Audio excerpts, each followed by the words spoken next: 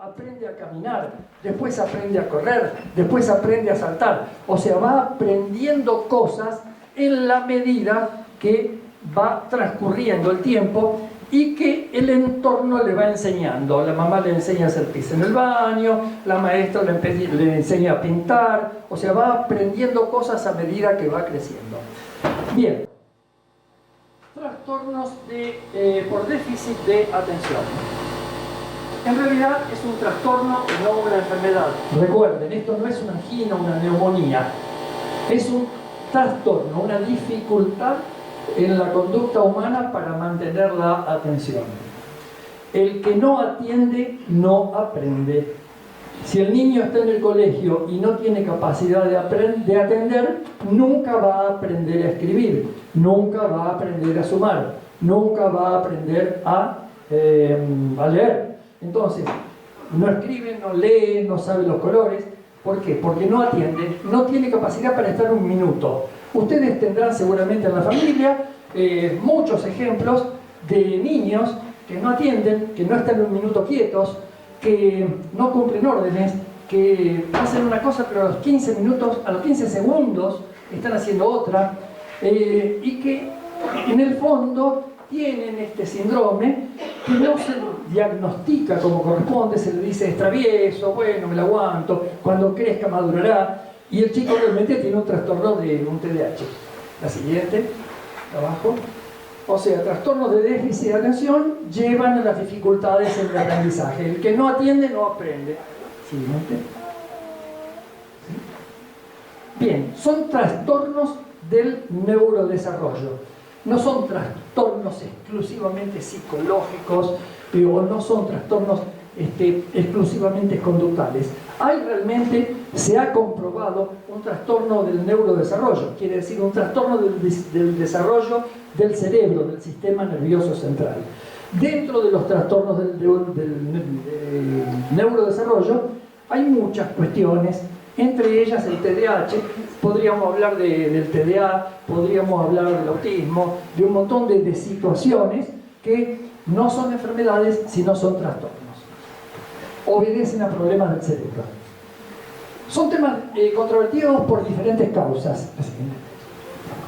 No son enfermedades, son trastornos, ya lo dijimos, no requieren en general tratamientos. Hay diferencia entre tratamiento y terapia. Esto requiere terapia, que son intervenciones que se dan a largo plazo. Se van dando lentamente a largo plazo. Acá no hay un medicamento que cure esto.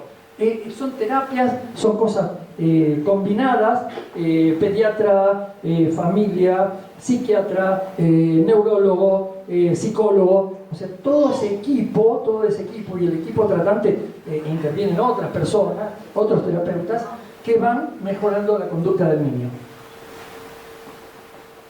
Dificultades o trastornos es lo mismo. Bien, los trastornos del neurodesarrollo, como decíamos nomás, son como un témpano. Yo hice esta imagen para que vean. Arriba solamente vemos el trastorno de conducta, vemos el fracaso escolar o vemos solamente que el chico tiene un TDAH, pero en el fondo esto significa que hay muchas otras cuestiones que va a ir dilucidando la medicina. Fracaso escolar es lo que vemos. Cuando viene con el boletín de calificaciones, no alcanzó en segundo grado, ahí ya tenemos el primer fracaso escolar. Y ese chico ya tiene 7 años. Déficit de atención está ahí, porque hay que diagnosticarlo.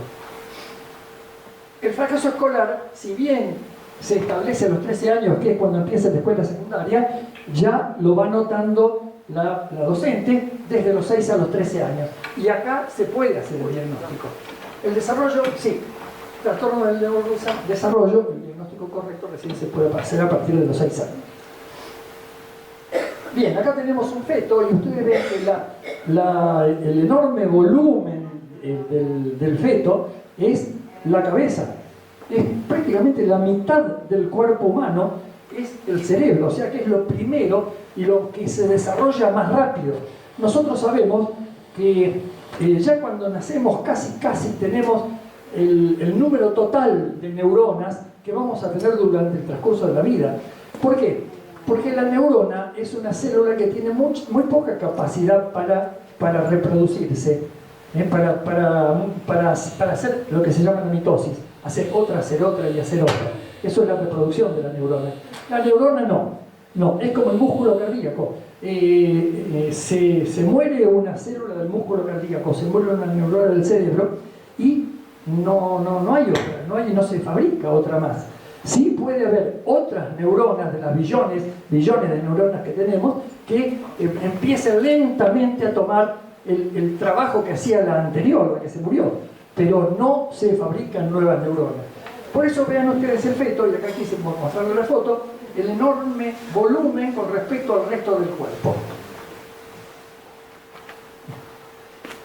Desarrollo del cerebro, lentamente va madurando durante la vida fetal y va madurando apenas nace. Ya el chico aprende, está atento, aprende, le mira la cara a la mamá, aprende a sonreírse. Es un complejo proceso de crecimiento, de migración de neuronas. La migración se hace en la vida fetal, de conexiones entre sí y de selección.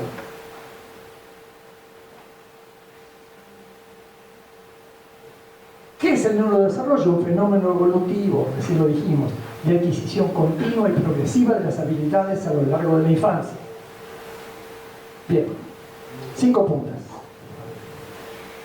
Conocimiento. El niño primero conoce. Abre los ojos y ve la luz, conoce lo que es la luz. Lenguaje. ¿Cuándo empieza esto? Alrededor de los 6 meses, 7 meses, 8 meses, empieza el silabeo, el ajo, ajo, no el ajo, ajo, empieza antes. Después el mamá, después el papá. O sea, según cómo le van enseñando, aprende a decir primero papá o mamá o nene o tata. La motricidad, tan importante para aprender a sentarse, para aprender a usar las manos, para aprender a caminar. Esto lo tiene que advertir el pediatra, es responsabilidad del pediatra. Si el pediatra ve que el chico no cambia, le dan un grisín y no lo cambia a la otra mano a determinada edad, acá hay algo que no funciona. Lo tiene que determinar el pediatra. Si el niño a los 7 meses no sabe sentarse solo, quedarse derechito, está pasando algo. Si no pongamos al año, si a los 14 meses, 15 meses, 16 meses el niño no camina, está pasando algo. La conducta, empieza la conducta, a raíz de la enseñanza que le da el entorno, su papá, su mamá, sus hermanos, sus abuelos, sus docentes, sus amigos, sus amiguitos, el niño va teniendo una conducta. Acá empieza el tema inhibitorio, empieza el tema inhibitorio. Le enseñan a hacer pis en el baño, todo ese tipo de cosas. A no decir malas palabras. Y por último, la interacción social. La interacción social empieza en los cumpleaños, en los cumpleañitos, empieza en el jardín maternal, empieza en el jardín maternal porque el niño escucha llorar al que está al lado, o escucha reírse al que está al lado, o hablar al que está al lado. Y después, a medida que va creciendo en el jardín de infantes, interactúa socialmente.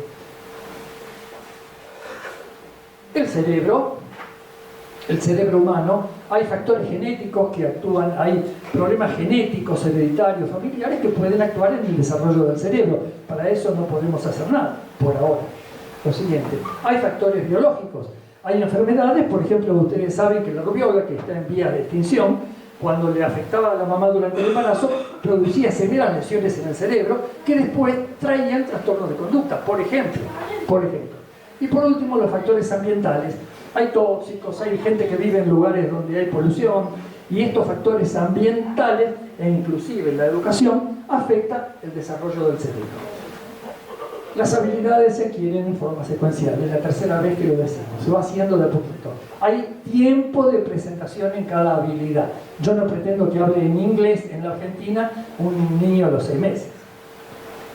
Bien, este es el CMC, que habla de todos los diagnósticos de las enfermedades mentales. Vamos por el CMC, el DSM-5 en inglés. Habla de los trastornos del desarrollo y entre ellos tenemos trastorno por déficit de atención e hiperactividad. De toda la bibliografía que leí, creo que es el más común, el más frecuente. Hay otros trastornos psiquiátricos infantiles, pero este es el más frecuente. Bien, identificación oportuna, como le decía el doctor Basteri de San Jorge a Delma, que Es el pediatra el que tiene que hacer la identificación oportuna. A veces lo hace una abuela, a veces lo hace la misma mamá, y viene ya con el problema instalado, o con el problema y lo cuenta. Pero es el pediatra el que se tiene que dar cuenta que este niño que está en su consultorio camina, toca todo, rompe todo, hay que decirle, dejá la linterna, no toques la balanza, no te subas a la biblioteca, no abras los cajones permanentemente, porque es un chico generalmente hiperactivo y no atiende. Identificación oportuna es parte fundamental del control preventivo. Ahora sí, claro. Gracias. Bueno, beneficios de la identificación oportuna. El beneficio es para el niño fundamentalmente y para su familia. La familia porque va a dejar de padecer la conducta inapropiada del niño a medida que va creciendo, y del niño mismo porque si nosotros intervenimos rápidamente, oportunamente, el niño va a ir mejorando y no va a llegar al fracaso, porque este fracaso es un fracaso escolar, pero después es un fracaso en la vida adulta. Este fracaso está muy identificado con la palabra norteamericana loser. Son perdedores en la vida adulta. No los toman para un trabajo. ¿Por qué? Porque no han tenido una conducta adecuada. Previene complicaciones secundarias.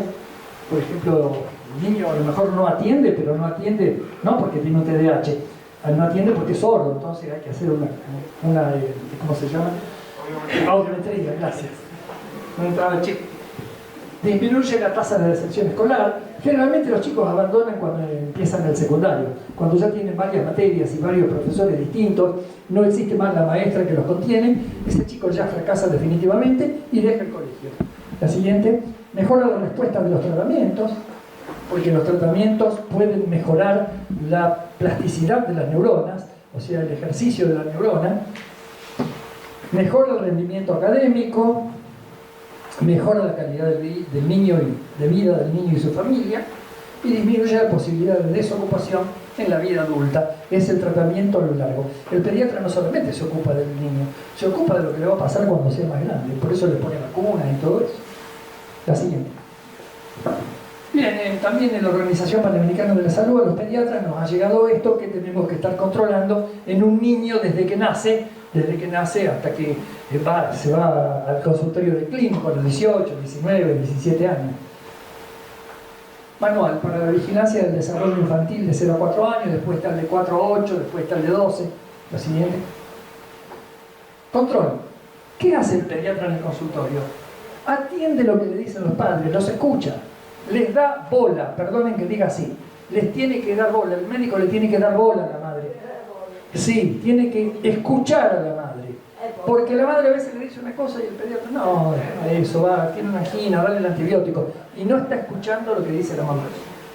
Revisa e indica vacunaciones, evita otras enfermedades más graves, como puede ser una parálisis infantil, en fin, el tétano, la rubiola, el sarampión. Indica conductas preventivas, por ejemplo, vitaminas, hierro, para que esas carencias no afecten el cerebro. Educa sobre las medidas higiénico-dietéticas del chico. Pesa y mide a los niños. Importante, si el chico se va desnutriendo porque es un celíaco, lo va a demostrar la balanza, lo va a demostrar el centímetro con el cual se lo mide. Entonces el pediatra interviene oportunamente cuando un chico se va quedando desnutrido, porque aunque después lo engorde cuando sea un adolescente, el cerebro no se desarrolló más. Realiza otros actos médicos, pesquisa otros riesgos, dicta pautas de alarma para prevenir accidentes. El niño con TDAH, no lo dije, el niño con TDAH se accidenta mucho. Es muy hiperactivo, muy osado, muy impulsivo, por eso ahora se agregó la palabra impulsividad, y se produce accidentes permanentemente. Un pediatra debe sospechar en hiperactividad cuando un día viene cortado, al otro día se rompió el mentón, al otro día se quebró un hueso, otro día se cayó de la escalera. Bueno, cuando hay accidentes repetitivos en un niño, olfatear de que acá está pasando algo, no puede ser que se lastime tanto. Pautas de alarma y vigilancia en la maduración neuronal. Listo. Diagnóstico. El único diagnóstico, el único dato objetivo es el fracaso escolar. Los boletines empiezan en primer grado, segundo, tercero, y cuando el boletín viene no satisfactorio, si un chico, la maestra llama a la mamá y le dice, mirá, no atiende, está en otro mundo, está en el aula y es como que te está atendiendo, te está mirando, pero está volando. Bueno, y después yo lo hago sumar, le enseño a sumar, al otro día no aprendió porque no atendió. Acuérdense, primero atender, segundo aprender. Siguiente. Dificultad en el aprendizaje lleva a menor adquisición de conocimiento, no aprende. Aunque yo repito, yo creo que son cosas importantes, lo hice varias veces para que esto quede. Lleva al fracaso escolar, menos chance de éxito social en la vida adulta. ¿Qué son los problemas de aprendizaje? Muchos obedecen a trastornos del neurodesarrollo. El que no atiende, no lee, no escucha, falta de ortografía, dificultades para hablar, dificultades para la matemática, discalculia, razonar, trastornos del aprendizaje en general, déficit atencionales llevan a la dislexia, discalculia y disgrafia, siendo falta de escribir, y los trastornos atencionales son, como yo le decía, TDA o TDHA o TDHAI, por impulsividad. Así es. Características, epidemiología, ¿qué pasa en otros países? Del 5 al 17% de los escolares, según los países y según las estadísticas bien hechas, es el porcentaje de personas, de niños que padecen este problema. La dislexia, que es otro trastorno sola, entre 5 y 20%, en la lengua castellana el 13%, como nos dijo la señora española del primer video que intentamos ver y nos faltó el sonido. Trastornos de aprendizaje en las matemáticas 6%. Causa principal de los trastornos del aprendizaje: trastorno por déficit de atención con hiperactividad. La enfermedad psiquiátrica más frecuente de los niños. Más frecuente de los niños. Siguiente.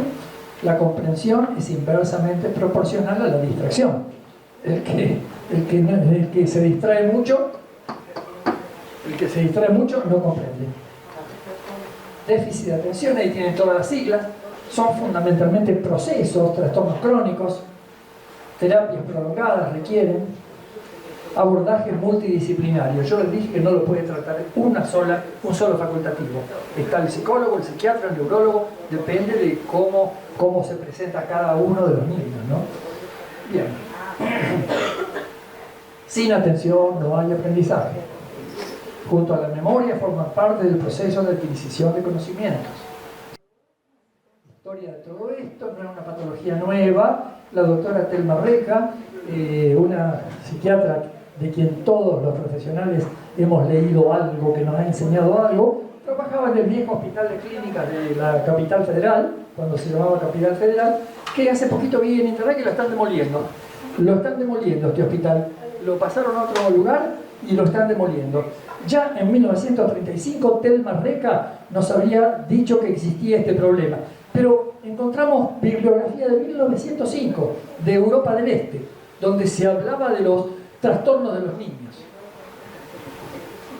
Este es el libro original de Thelma Reca y el que tenemos ahora es el manual de enfermedades psiquiátricas, el CDC.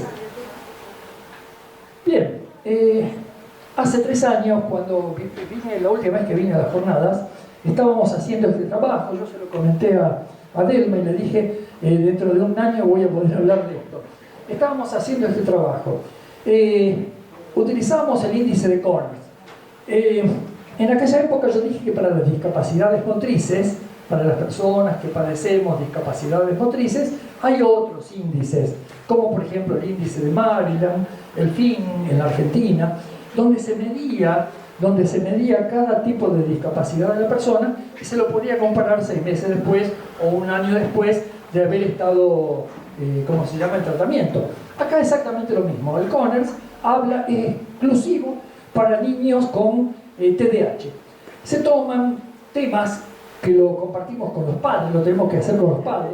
Si el chico es impulsivo, llorón, si es movedizo, si no se queda quieto, si es destructor, en fin, todos todas las características que tiene el chico con TDAH.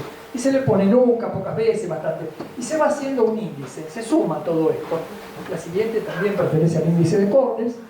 Bien, si no presta atención a los detalles, esto lo da la maestra, dificultad para mantener la atención en el colegio, si impresiona como que no escucha en el colegio. Todo esto también, sí o no, y te va dando lo que se llama el puntaje de Conners, para poder compararlo al año siguiente cuando uno establece el tratamiento. ¿En qué consisten los tratamientos? Bueno, hay tratamientos farmacológicos, hay tratamientos psicológicos y actualmente a todo esto se agregó la parte nutricional. Como se conoce la biología molecular, sabemos qué es lo que falta en estos niños, por qué no se desarrolló el cerebro, por qué no se desarrolló, y se interviene desde el punto de vista de la nutrición con cosas muy, muy específicas. La siguiente. Esta familia la conocen todos. Bueno, Bart. ¿Qué es Bart? Un TDAH. Bart es un TDAH, un fracasado escolar, que ya tiene fracaso escolar, que siempre se está peleando, que siempre está desatento, que siempre está planificando hacer algo que pone en peligro su vida, su integridad de salud, la de sus compañeros, que hace un lío bárbaro en la familia. Y observen este segundo tipo, que es Homero. Homero ha sido TDAH cuando era chico. Esta caracterización es genial, porque el tipo que hace esta serie, el escritor, no sé cómo se llama, que hace estas películas, ha puesto dos características típicas de lo que es y de lo que será el TDAH. Homero es un fracasado de la vida adulta. Fracasa en su trabajo, hace un desastre atrás de otro, choca con el auto, estaciona donde quiere, y él es el chico actual. Y esto pone en crisis a toda la familia. Las mujeres acá, ninguna de las lo padece. Ni la esposa, ni la chiquita, ni la otra, no padecen el TDAH. Pero es característico. Por eso la traje y la puse para dar un ejemplo de lo que pasa con la familia. Más frecuente en varones que en mujeres. 3 a 1 más frecuente en varones. Los varones son más impulsivos e hiperactivos. Las mujeres son más desatentas, pero tienen menos capacidad de impulsividad y menos capacidad de hiperactividad. Pero hay muchas cosas combinadas, tanto en varones como en mujeres. Pero el diagnóstico es así. Bien, el desatento en el colegio, el que está volado. El que está pensando cualquier cosa, mirando a la maestra, no explica, pero está volado. Es característico. 4 a 11 en Estados Unidos. Más o menos bien como en España. En Argentina no sabemos, no hay estadísticas. La siguiente. Sobre el diagnóstico, puede ser, sí, no todo es TDAH. No todo es TDAH. Hay chicos que son traviesos y no son TDAH. El diagnóstico lo tiene que hacer un psiquiatra o una psicóloga.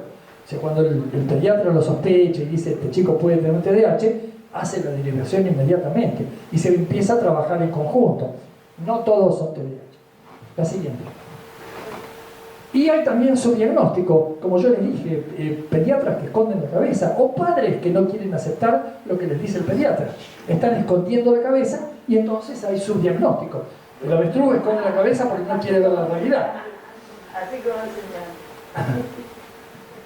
Bueno, ¿qué pasa si hay subdiagnóstico? El 60-70% siguen los síntomas en la adultez. Acuérdense de la foto de Simpson. Siguen la adultez, en la adultez va a seguir siendo un fracasado.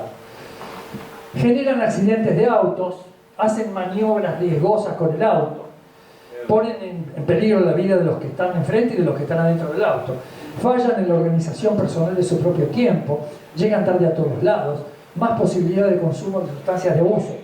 Importante, Importante. Si tomamos chicos que no tienen TDAH y chicos que tienen TDAH, hay mucho mayor cantidad de chicos que consumen sustancias de abuso entre los que han tenido o tienen TDAH. Hay mayor tasa de separación y divorcio. Se discutió mucho este tema, pero bueno, parece ser que entre los que han tenido TDAH se divorcian más. Y fracaso laborales, por supuesto. La siguiente. Hasta hoy los niños con problemas de conducta los veía un psiquiatra o lo mandábamos al psiquiatra. Los problemas de los hiperkinéticos se los mandábamos a la pobre psicóloga que se arregle. Y los síntomas de leves o moderados, ¿quién los trataba? No los trataba nadie. El cerebro. En el área prefrontal, es un área muy impulsiva, muy impulsiva. Y también en el área prefrontal está el área inhibitoria. La persona que consume cocaína, por ejemplo, que consume cocaína endovenosa permanentemente, va destruyendo el área inhibitoria de la región prefrontal del cerebro. Y entonces no le importa nada. Tenemos un ídolo deportivo, el máximo de la Argentina, que consume cocaína, y sabemos que es un desinhibido, dice lo que se le ocurre en cualquier momento. Bien. Y acá vamos a hablar de algo moderno, de la biología molecular, de los neurotransmisores. Hay lugares donde el neurotransmisor, ahora voy a decir que son los neurotransmisores, que producen noradrenalina, que es un neurotransmisor, dopamina, que es otro neurotransmisor. Me siento inhibido por la doctora Carolina, que de esto sabe un montón. La siguiente es la serotonina, que también es un neurotransmisor. La falta o el exceso de estos neurotransmisores o de los receptores que tienen que recibir estos neurotransmisores o el exceso de receptores hacen que todo funcione distinto. La siguiente, esto es una bibliografía que si ustedes tienen interés en ver, después se las paso. Bueno, algo de todos los días. El 20% de las calorías que come una persona adulta se destinan al cerebro. Si un adulto come 1000 calorías por día, es poco, estaríamos muy flacos, pero consume 1000 calorías por día, 200 calorías de las que consumimos en el día van al cerebro. Fíjense, si no es importante, el metabolismo de la neurona. ¿Qué pasa si un chico va al colegio y no toma la leche? Se duerme, a las 10 de la mañana no atiende, la neurona no trabaja, le baja el azúcar en sangre y la neurona no trabaja, porque es la que más consume. El 20% de los recursos energéticos va al cerebro. De allí la importancia del pediatra en el control de la nutrición del niño. Tiene que estar bien nutrido. Yo lo puedo engordar cuando sea grande, o engordará solo cuando sea grande, pero el cerebro quedó como él. El que no se alimenta bien sufre cansancio, hace hipoglucemia, le baja el azúcar, quiere decir esto, y tiene un déficit de atención, pero que es reversible. Después va ¿cómo se llama? Al buffet del colegio, toma algo azucarado y vuelve a tener atención. La siguiente. El pediatra sospecha diagnóstica y tiene que saber que no todo es TDAH o ADHD. Muy importante esto. No todo es TDAH. Diagnósticos diferenciales, bueno, son un montón.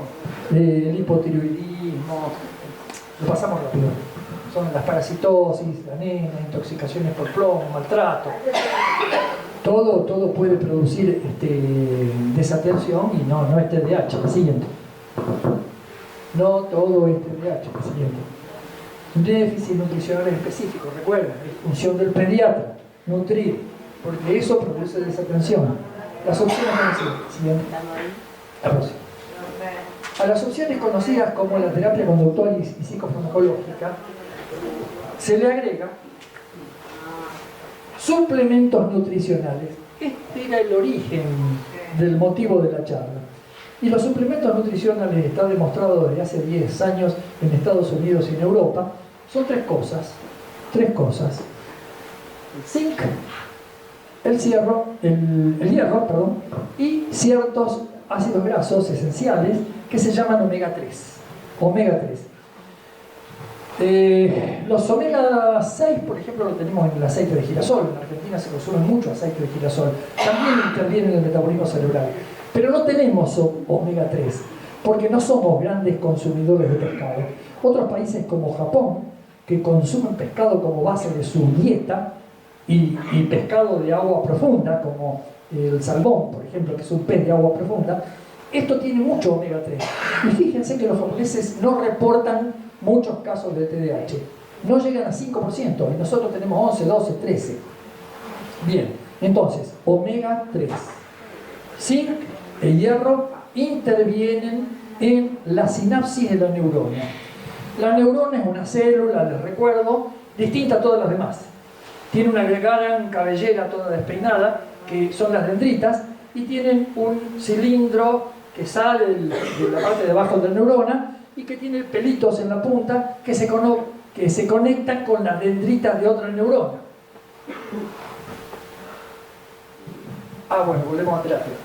La terapia psicológica, cognitivo-conductal, la terapia farmacoterapia, los remedios que hay para tratar el TDAH, que no es aceptado por muchas personas. Hay muchas familias que no aceptan la terapia, la farmacoterapia, tienen miedo, tienen fobia, tienen tabúes. Y hay otros que son los suplementos nutricionales, que son los que se agregaron ahora. Tratamiento farmacológico, la Ritalina, por ejemplo, que es un estimulante del sistema nervioso central, estimula las áreas inhibitorias del cerebro, son tratamientos efectivos, disminuyen la hiperactividad, aumentan la concentración del niño, pero tiene efectos adversos. Y por los efectos adversos, muchas personas no le quieren dar a sus hijos esto. Tienen derecho a no darlo, por supuesto. ¿Cuáles son los medicamentos? Metilfenidato, que es la famosa Ritalina, y la atomoxetina. Los demás también son estimulantes, pero no son frecuentes para el uso en la infancia. Metilfenidato, atomoxetina. Bien, negativa familiar utilizada. La familia generalmente no quiere utilizarlo, o si no lo utiliza 6 meses, 8 meses, 10 meses y empieza: no, la abuela me dijo que no se lo dé, que cómo le voy a dar una medicación para locos, qué sé yo, todo eso dicen. Y entonces, que tiene muchos efectos colaterales, y sí, los tienen los efectos colaterales, pero hay que saber controlarlos. Conocerlos y controlarlos. Efectos colaterales: el niño pierde el apetito, aumenta la frecuencia cardíaca, tiene aumento de la presión, prolonga el QT en el electrocardiograma, el niño puede tener insomnio o cefalea. ¿Ven que hay efectos colaterales? Y además, el uso prolongado disminuye la masa muscular. Un tema muy observado por los profesores de educación física y todo lo demás. La siguiente. Esto es una bibliografía, si la quieren después se las paso. Niños de entre 7 y 14 años medicados con metilfenidato reducen el índice de masa corporal. Es verdad. La siguiente. El 94% abandona el tratamiento antes de los 2 años de iniciado. También es correcto. Bien, esto ya se lo había empezado a decir. Combinación de micronutrientes, que son el hierro y el zinc, más los ácidos grasos esenciales, el omega 3, forman parte del nuevo tratamiento. Siguiente.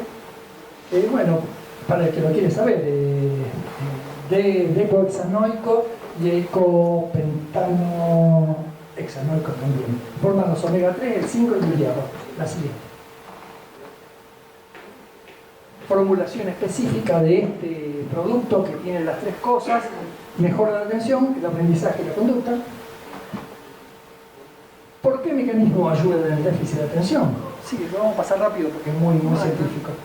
Los pacientes con TDAH con estos tratamientos mostraron menos consumo de frutas y vegetales aparte, mayor consumo de azúcares, o sea que hay un trastorno de la conducta alimenticia también. La siguiente. Todas estas cosas se ven en los fast food, los sitios de comidas rápidas. Ácidos grasos esenciales, el eicosanopentanoico y el locohexanoico que yo les dije, actúan en las membranas celulares, en la neurona. Siguiente. El aprendizaje en términos de la creación de estructuras sinápticas. La sinapsis es la unión entre una neurona y la otra. La siguiente. Acá tienen neuronas. Yo les dije que la célula es una célula que tiene una cabellera grande, que son las dendritas. El cilindro eje rodeado de grasa, de mielina. Y estos pelitos que se conectan con las dendritas de otra neurona. La siguiente. ¿Ven cómo se va haciendo la conexión? Sí, de esta manera. Y en este lugar, entre la punta de una dendrita, tomado con microscopio electrónico, bien agrandado, y la punta de un cilindro eje, están los neurotransmisores. Si faltan los neurotransmisores, no hay conexión posible, porque son pequeñas moléculas que van pasando de una célula a la otra y van pasando la información de una célula a la otra. La siguiente. ¿Sirve para el déficit de atención el omega 3? Sí, hay evidencia científica publicada desde hace 10 años. La siguiente. Conclusiones. Aquellos que recibieron suplementos con omega 3 muestran una significativa mejora en la gravedad de los síntomas. Esta es la lista. Omega 3, la próxima. Suplemento aseguran que mejora el comportamiento y la lectura. La siguiente. Son conclusiones de distintas. Aceite de pescado microencapsulado es el producto actual que tiene estas tres cosas. Que al microencapsularlo solubilizan el ácido graso, mejoran el dolor, porque es aceite de hígado de pescado de bacalao. Y tolerancia en el sabor.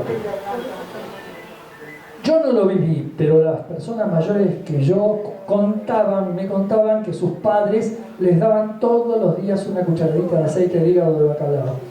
Tenían ciertas evidencias de que mejoraba la conducta humana. El zinc acompaña y es fundamental en la regulación de la melatonina. La siguiente, el zinc es fundamental en la melatonina, participa en la dopamina, en el modulador, inhibe la captación de dopamina. El hierro también es un elemento importante. La carencia sola de hierro en un niño normal lleva a un déficit cerebral, a un déficit conductual, cuando es más grande. La siguiente, mejor respuesta al tratamiento, sí, es más o menos repetitivo, porque son las conclusiones de los trabajos que fui leyendo. La siguiente. Los neurotransmisores, estas moléculas de neurotransmisores chiquititas se van liberando y son tomadas por los neuroreceptores.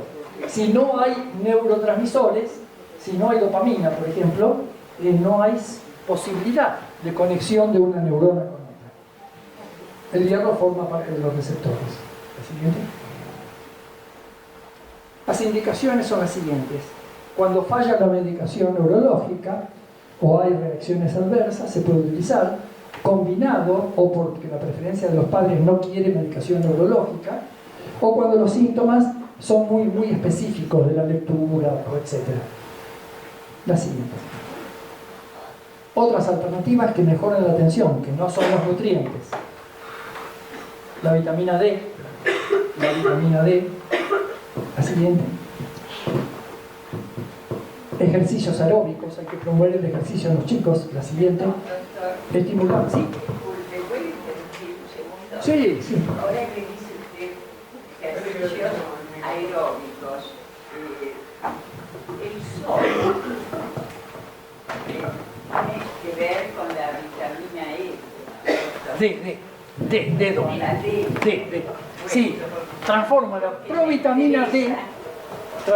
provitamina D en vitamina D. Por eso los niños a partir de los 6-7 meses tienen que tomar con moderación, tienen que tomar sol. Yo le cuento, nací en Ramos Mejía, sí, un pueblito de la provincia de Buenos Aires. No tan pueblito. Sí, ahora, pero es porque joven. En mi época le decían la Córdoba chica. ¿Ah, sí? Porque tenía todas las ventajas que explicaba mi papá, que falleció con 99 años. Él tenía 20 y algo cuando se hizo la casa, pensando en que, bueno, un día se casaba, que iba a tener sus hijos. Venía de Palermo a Ramos Mejía porque decían que era la Córdoba chica.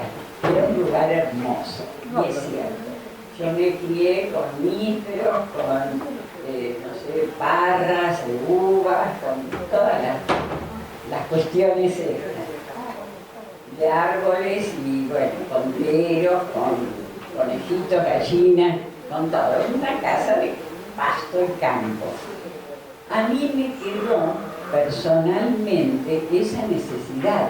Yo le decía recién a la licenciada Maggi, me interesa un montón lo que explica el doctor, pero estoy necesitando salir al aire, al sol. Es digamos, como una necesidad. El sol, por lo que influye, no sé, las vitaminas que debe tener. La provitamina en vitamina, transforma en vitamina D. Y la vitamina D es la que se fija, la que hace que se fije el calcio del hueso. Claro, le digo que me provoca un despertar. Es decir, que si de golpe estoy muy decaída, me voy un rato al sol, me tiro y vuelvo. Hago este aporte. Bueno, porque justo lo que empezaba yo a comentar, el tema de la vitamina D es importantísimo, ¿no? Vitamina D tenemos, calcio tenemos en la leche, pero no tenemos vitamina D. La vitamina D viene a partir del sol, los países del norte de Europa, que tienen pocos meses de sol, tienen más raquitismo que nosotros. El raquitismo es una enfermedad infantil por falta de vitamina D. Bueno, dentro de las terapias dijimos el ejercicio aeróbico, incluimos sol, aportamos sol. Y los ejercicios de inteligencia son, por ejemplo, enseñarle ajedrez en la escuela desde muy pequeñitos. Incluir, así como se incluye la educación física, la música, las artes plásticas, incluir el ajedrez es importantísimo.